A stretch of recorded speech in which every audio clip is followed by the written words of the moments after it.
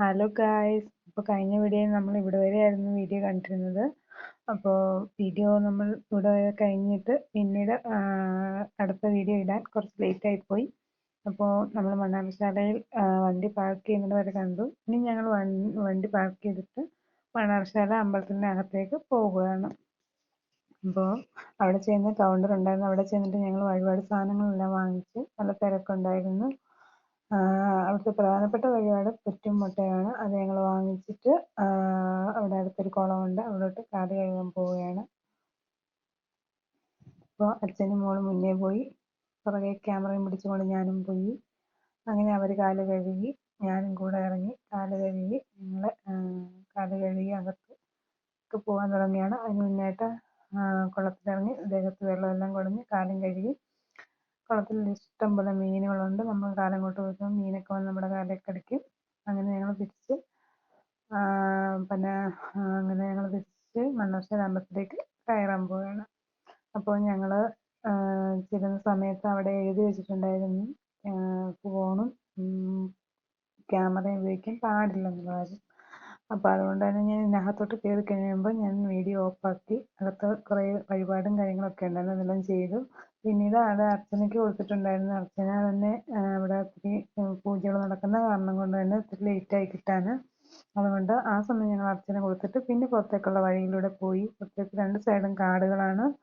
അവിടെ രണ്ട് സൈഡും കഴിഞ്ഞ് കാടിനുള്ളിൽ ശാസ്താനടയുണ്ട്. ആ ശാസ്താനട കയറി തൊഴുത് തിരിച്ചിറങ്ങുമ്പോൾ അവിടെ ഒരു ആമക്കുളമുണ്ട്. ആമക്കുളത്തിൽ ഇഷ്ടം പോലെ ആമകളുണ്ട്, കുഞ്ഞിനും വലുതുമായി ഒത്തിരി ആമകളുണ്ട്. മീനുണ്ടോ ഇല്ലയോ എന്നുള്ള കാര്യം അറിയത്തില്ല.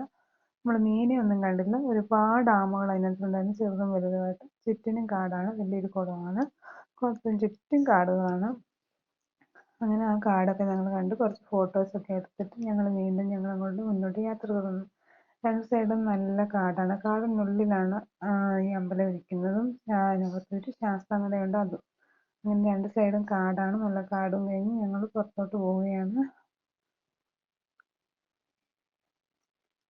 പിന്നെ പുറത്തോട്ട് പോകുന്ന സമയത്ത് അവിടെ ഒരു കീ ചെയിൻ ഒക്കെ വെക്കുന്ന ഒരു കട കണ്ടു. അവിടെ കയറി ഞങ്ങൾ ഇഷ്ടപ്പെട്ടൊരു കീ ചെയിനൊക്കെ വാങ്ങിച്ചു. എല്ലാം ഇഷ്ടപ്പെട്ടു. എന്നാലും ഏറ്റവും ഇഷ്ടമായ കൃഷ്ണൻ്റെ ഒരു കീ ചെയിനാണ് ഞങ്ങൾ വാങ്ങിച്ചത്. ഗണപതിയുടെയൊക്കെ കീ ചെയിൻ എടുത്ത് നോക്കി, എന്നാലും ഇഷ്ടപ്പെട്ടത് കീ ചെയിൻ കൃഷ്ണൻ്റെ ആയിരുന്നു. അങ്ങനെ അതും എടുത്ത് ഞങ്ങൾ മുന്നോട്ട് വന്നപ്പോൾ അവിടെ നമുക്ക് ഈ അമ്പലത്തിൻ്റെ ഐതിഹ്യങ്ങളെ പറ്റിയും നമുക്ക് അറിയാൻ പറ്റാത്ത കുറേ കാര്യങ്ങൾ പറഞ്ഞു തരാനായിട്ടും അവിടെ ഒരു ആൾ നിൽപ്പുണ്ടായിരുന്നു. ആൾ ഫ്രീ ആയിട്ടാണ് നമുക്കെല്ലാം പറഞ്ഞു തരുന്നത്. പുതിയ തലമുറയ്ക്ക് അറിയപ്പെടാനായിട്ടുള്ള കുറേ കാര്യങ്ങൾ, നമുക്ക് വലിയവർക്ക് ആർക്കും പറഞ്ഞു കൊടുക്കാൻ പറ്റാത്ത കുറേ കാര്യങ്ങൾ ആ പുള്ളി പറഞ്ഞു കൊടുക്കുന്നുണ്ടായിരുന്നു. അങ്ങനെ കേട്ട് കുറച്ചൊക്കെ നിന്നിട്ട് അവിടെ കേൾക്കാനും കുറേ പേര് നിൽപ്പുണ്ടായിരുന്നു. അതെല്ലാം കേട്ട് കുറേ കഴിഞ്ഞ് ഞങ്ങൾ അർച്ചനയ്ക്ക് അകത്ത് കൊടുത്തിട്ടുണ്ടായിരുന്നല്ലോ. അപ്പോൾ അത് കിട്ടാൻ ലേറ്റ് ആകുന്നത് കാരണം കൊണ്ട് ഞങ്ങൾ അവിടെ അമ്പലത്തിൻ്റെ അവിടെ കുറേയൊക്കെ കാഴ്ചകൾ കണ്ട് അങ്ങനെ നിന്നു.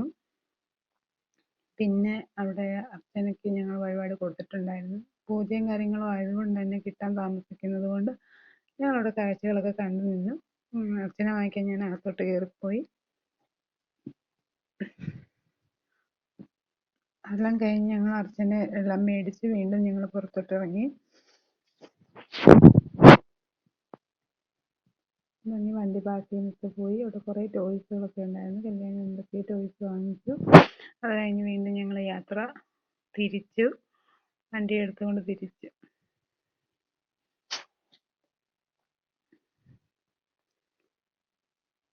ഒരുപാട് ഇന്ന് ഞായറാഴ്ച ആയതുകൊണ്ട് തന്നെ നല്ല തിരക്കുണ്ടായിരുന്നു.